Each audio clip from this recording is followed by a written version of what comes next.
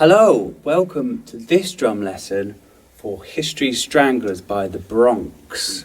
So this tune is one of my favourite drumming tunes. Such a cool drum part. This band are killer. I was lucky enough to go on tour with them, supporting them. Got to watch them every night play this and their set, and they just basically slay it. So great live band, so check them out. So this track is by the studio version, which is by the original drummer Jorma Vic, which is the one that I'm looking at. I actually I'll put a link to it, a video that I filmed, which is Joey Castillo, which is their new drummer. He is absolutely amazing. You should go check that out.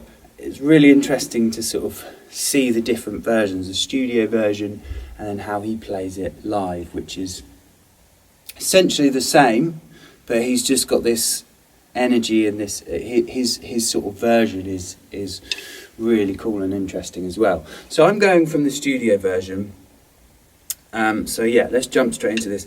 What's really cool about this pattern, this song, is it's kind of like a leading with the left kind of pattern, and it's a triplet feel.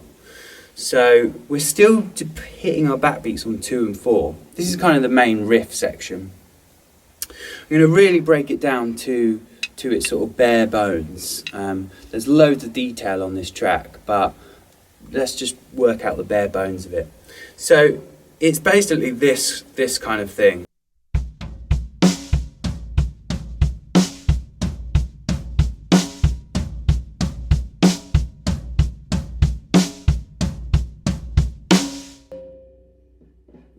So that's the triplet.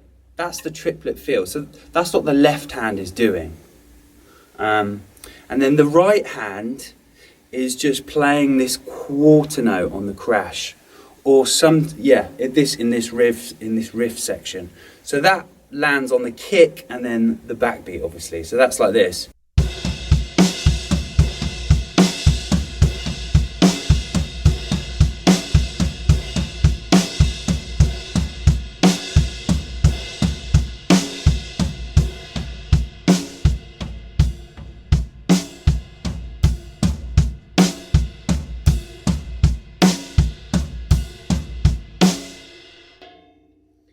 So yeah, that can be quite a weird idea. What I love about this pattern is that for like a person that plays single kick like me, is this kind of feel. He's got on the track. He's got the floor tom tune like super low, so it almost sounds like another kick drum. So yeah, and it's quite an interesting idea, because by doing this sort of thing, you can make it sound like you're playing 2 kicks, but it's just the floor tom. So yeah, that's kind of the main feel of the riff section. It is quite a bit faster, but it's the quarter note with the right hand on the crash, and then the left hand doing this. What's quite interesting as well is in the verses, we've got this kind of big flam sections, which are quite self-explanatory-ish, because I'm not going to go into too much detail on this. And then we do the same idea, but we're doing it swapped around. So the left hand is playing the quarter note, and the right hand is doing this. So it's like...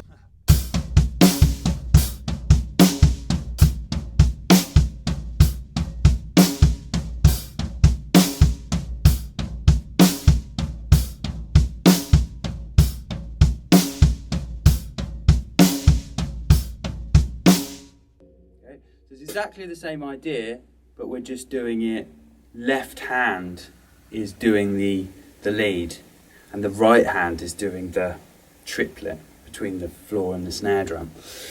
So that's quite an interesting thing. It's kind of like the chorus riff, if you know, with big crashes, the left hand doing it, and then second half of the verse, sort of pre-chorus, is like the other way round. And then a lot of these fills that are happening kind of fit in with the sticking of this. So this song is actually a really interesting exercise in sticking patterns, coming out on the right hand, or the hand you want to come out, not necessarily the right hand, but sometimes the left hand. Like there'll be a fill, and then we'll go into this pattern here on the hi-hat, but you're crashing on the one, so then a lot of the time when these hi-hat patterns come in, it will start on the backbeat. I'll give you an example. So this is kind of the verse pattern.